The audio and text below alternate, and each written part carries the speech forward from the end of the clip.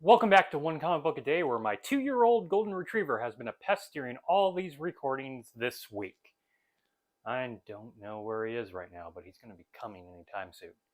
Today we are covering Superman number 15, the first story, The Cop Who Was Ruined.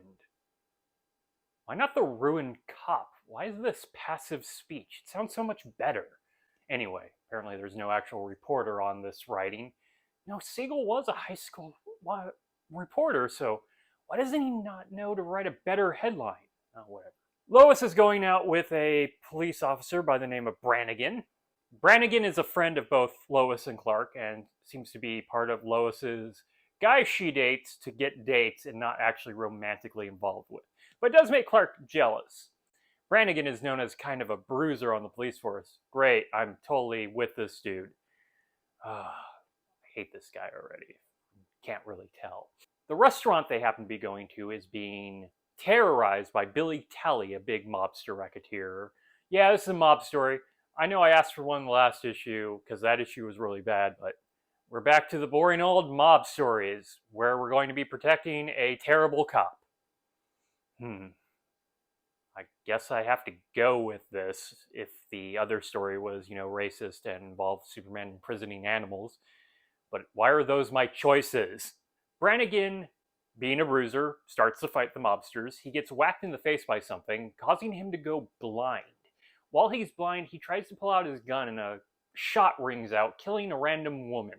Brannigan is blamed for her death. We don't actually really see how the gun fired or where his gun fired, so it's definitely a murder mystery where it's going to turn out Brannigan didn't really do it. Brannigan somehow gets off scot-free with the trial, which is also very disappointing. I know he didn't really do it, but also he's a cop who supposedly killed someone. He should have been found guilty. That's reality, sadly. Lois and Clark help him get a store clerk job. He works there for a while blind. This is one of the few jobs he can do blind. He can't still be a police officer, according to 1940s Metropolis. Billy Tally finds out he works as a store clerk and that he's very easy to get to now, and he's blind, so he goes to terrorize him. Clark happens to be walking by and becomes Superman and gives those guys hell.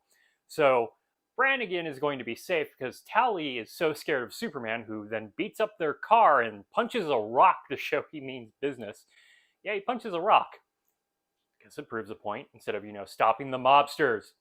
Your main way of dealing with people is to grab them and threaten them until they admit to a crime. Just do it to them now. I know I hate that, but if that's his solution to every damn story, just do it now to keep them from doing more harm. While Superman's doing that, Lois is investigating the murder because no one's been able to find out who the woman is, which seems like the cops are doing a real bad job in this comic, so still not feeling bad for Brannigan. The last place she checks ends up being Billy Tally's house, which she finds out because Jimmy happens to be nearby. I don't know why Jimmy is there, it's never explained. He does have red hair now. So he's no longer a blonde, he has red hair, so we're getting closer to the Jimmy Olsen that we all are accustomed to. Lois sneaks in where she immediately is captured by Billy Tally. She's now put two and two together that this woman who was killed was Billy's ex-wife. So only he did it and put the blame on Brannigan, which is something you should have been able to figure out. Police, they gave you all the clues, specifically the clue being the address that matches Tally's address. Man, the cops in this universe are terrible. No wonder they need Superman. Superman just has to get the criminals to admit that they did something, which is also a terrible way in how police get the wrong people all the time by torturing them in a way to get them to admit to doing a crime they didn't commit. There's so many troubling aspects. Clark happens to run by Jimmy, who is calling Brannigan to tell him that Lois is trapped. Brannigan, though blind, goes to help Lois. Superman arrives, but Tally has a trump card. He's holding nitroglycerin. Wait, he's just holding nitroglycerin? Nitroglycerin is very unstable, and just carrying it around enhances the chances of it blowing up.